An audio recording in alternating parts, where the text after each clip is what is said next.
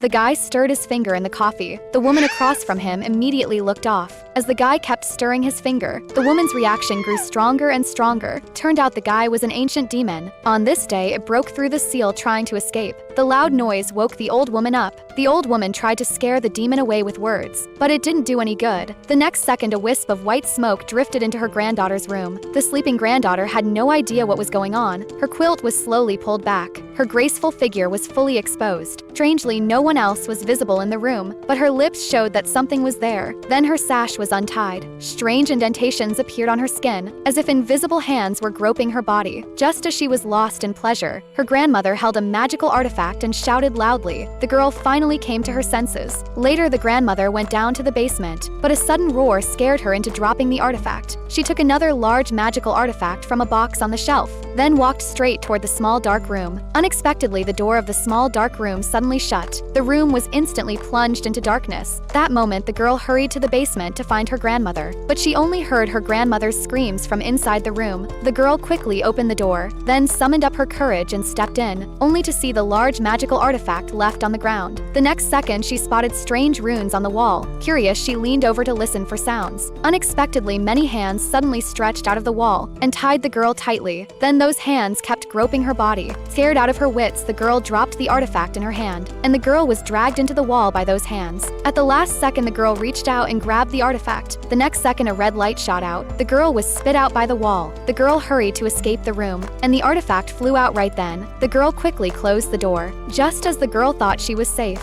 pipe above her head made a strange noise. The next second, the girl was terrified by what she saw.